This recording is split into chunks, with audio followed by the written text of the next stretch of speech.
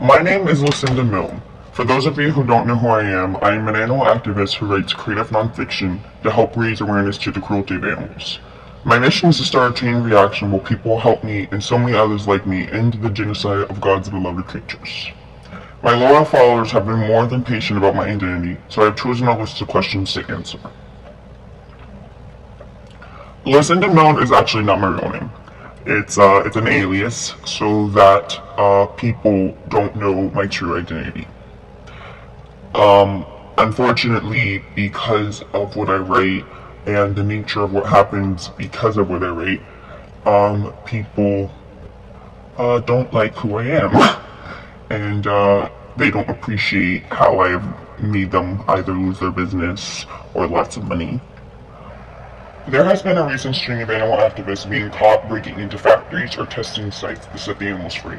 Some have injured, even killed some of the employees working there. Some of you will have asked what my thoughts were on these incidents and whether or not I supported them. To be honest, what they do is very insulting to our task as animal activists because they have shed a lot of negative light on us. The government has labeled some of us as terrorists because of their actions, and it makes it very difficult for us to even change people's minds about us as human beings. Another one of your questions was about my personal life. I have a husband with 3 kids, all of whom I love very deeply, and because of this label being placed on my profession and the negative light shed on us, this brings a lot of strain on home. On a lighter note, a lot of you have asked how I managed to reach my success. To be honest, it was very, very difficult for me at first because I've always struggled with school. But while at Valencia, I was required to take an SLS course, which was a new student experience course. And I was first told a lot of bad things about it, about how it was a waste of my time and a waste of money, but it actually helped me in a lot of ways. Around the time I started school, I got my first job and was volunteering at an animal site. I struggled to balance the 3 and was often late at nights to finish last-minute assignments. I lacked the responsibility and maturity to avoid situations that would put me in horrible predicaments that would have the possibility to affect my grades. This SLS course taught me a lot about time management and how to say no so that I could avoid these and make a habit of it. I learned how to set up time schedules in case of hot zones or when life happened, as my professor at the time said. We were giving an essay assignment where I was supposed to put my life into perspective and really think about what I wanted and how I'd get there. This helped me think realistically about my future. What really helped me the most, however, was the interview we were asked to do. It put me in contact with someone who was once in my position, and they gave me pointers and really inspired me. It's crazy because they're still in my life today. What made me decide to follow this path was the fact that I grew up with a lot of animals. From as far as I can remember, there were always animals. Dogs, cats, rodents, fish. Animals became my family. They made me who I am today.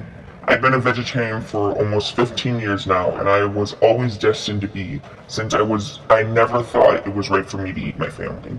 I didn't see a difference between eating a cow and eating a dog, and the ethical rules for the two were so far in between. They were both wrong to me, and I never understood how most of the population didn't see that either. I made it my duty to enlighten them. It became my mission, so that all animals, not just dogs and cats, didn't have to suffer.